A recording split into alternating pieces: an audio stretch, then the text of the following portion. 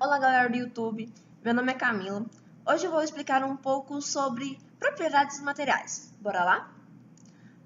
Propriedades dos materiais. O que são? Todo conjunto único que nos permite reconhecer e distinguir de outras substâncias. As propriedades se dividem em duas classes. Propriedades gerais. São características comuns em quase todas as substâncias. Já as específicas dizem respeito a uma ou um grupo de substâncias. Explicando. Propriedades gerais. A extensão. Extensão é todo o espaço ocupado pela matéria. Exemplo, o nosso corpo tem a extensão do espaço que ocupamos.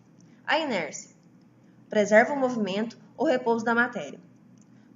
Quanto maior a massa, maior será a inércia, pois a massa é considerada a medida da inércia. Impenetrabilidade. Essa propriedade diz respeito ao fato de que dois corpos não podem ocupar o mesmo espaço ao mesmo tempo. Exemplo, se enchermos uma banheira com água até a superfície e em seguida entrarmos nela, a água da banheira transbordará. Divisibilidade. Essa propriedade diz respeito à divisão de partículas pequenas da matéria, sem que ela perca suas características. Exemplo, açúcar dissolvido em água dissolvida em diversos recipientes. Compressibilidade. Essa propriedade diz respeito à diminuição do volume de um corpo.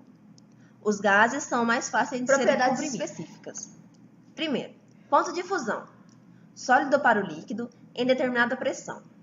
A temperatura do ponto de fusão de cada matéria varia. Observamos o exemplo ponto de ebulição. Do líquido para o gasoso.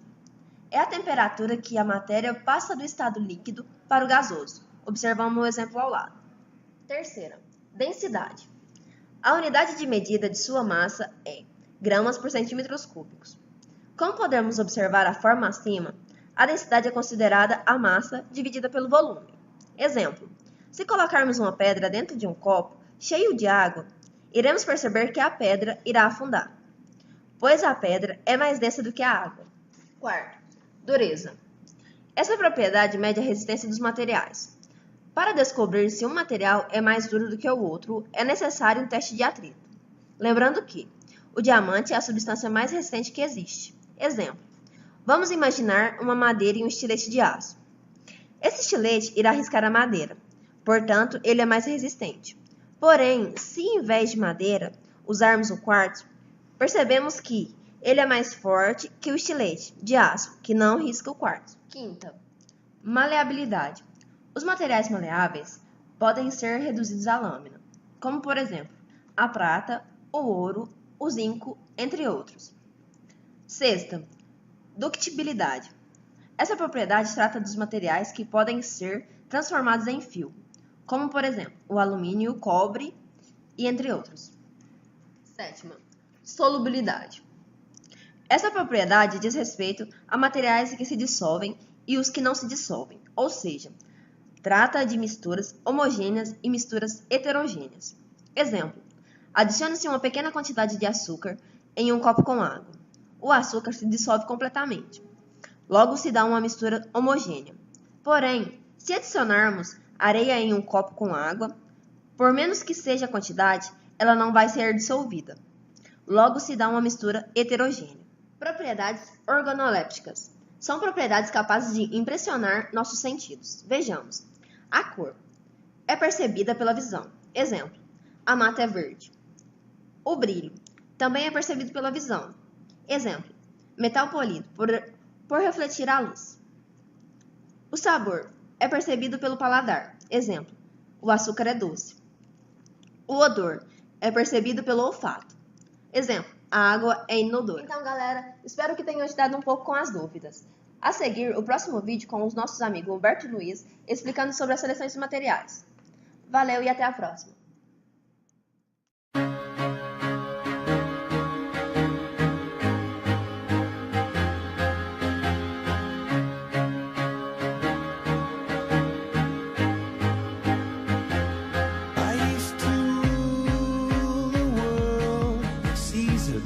When I gave the word, now in the morning I sleep alone. Sweep the streets I used to own.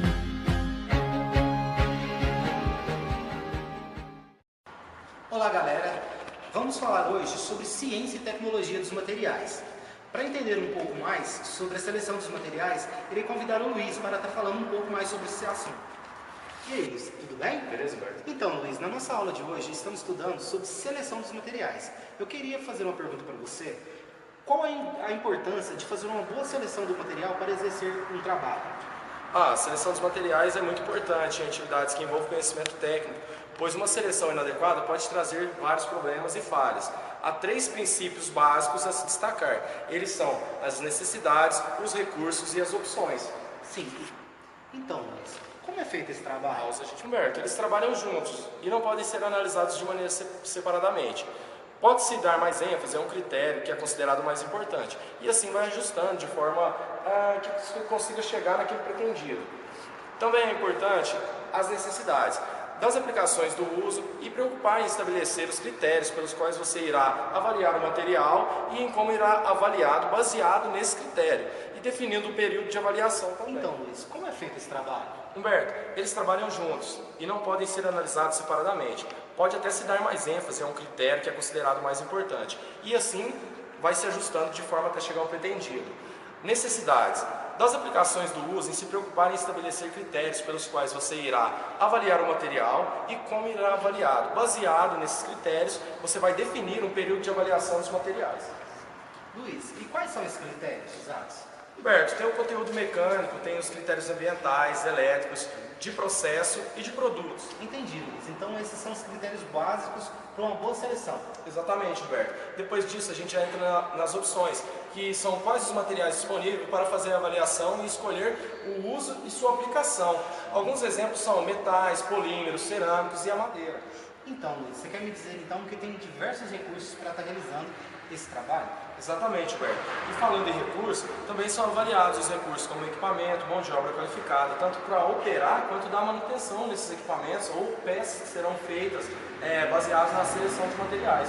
Então isso quer dizer que se pegar um material, uma boa mão de obra, eu posso criar qualquer coisa, Luiz? Exatamente, Humberto. É para isso que a engenharia tem evoluído e trabalhado. Nossa, muito interessante. Então, você pode me dizer algo sobre novas condições de serviço?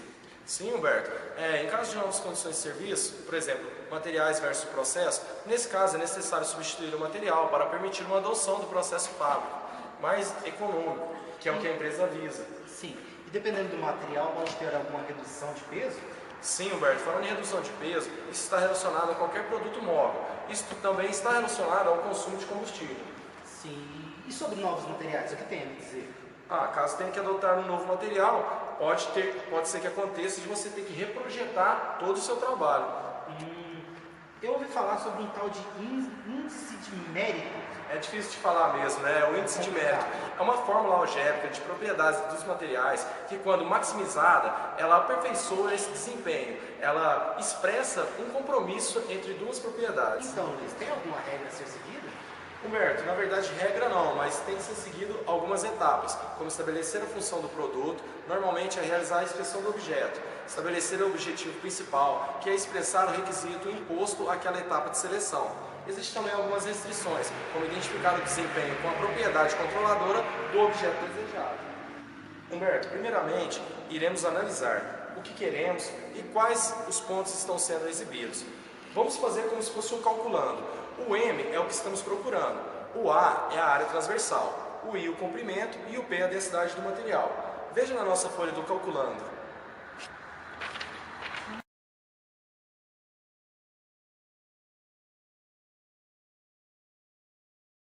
Aproveitando também, vamos dar uma olhada no mapa de propriedades.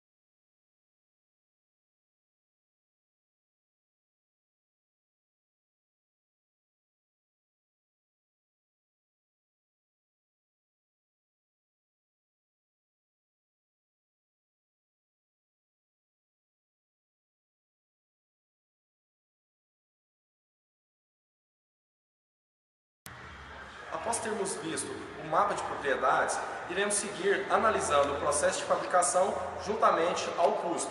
O custo é um fator importante, Humberto, dentro da indústria, porque se o custo for muito alto, dificulta o seu trabalho em relação àquilo. E se tiver uma classificação boa, ou seja, um custo baixo, a empresa provavelmente vai investir no seu projeto. E sobre a tabela de afunilamento, o que você tem a dizer? Então, a tabela de funilamento vem para ajudar, né? Ela se inicia de maneira macroscópica, por ter uma variedade de materiais a serem analisados, e termina de maneira microscópica, pois ao longo da análise elimina-se o que não vai agregar na produção e o que deve ser feito. E também entra a parte de custo, ou seja, a empresa vai eliminar aquilo que tiver um custo muito alto para o investimento que ela quer fazer. Sim, resumindo, as empresas buscam um baixo custo para a realização desse trabalho? Exatamente, Humberto.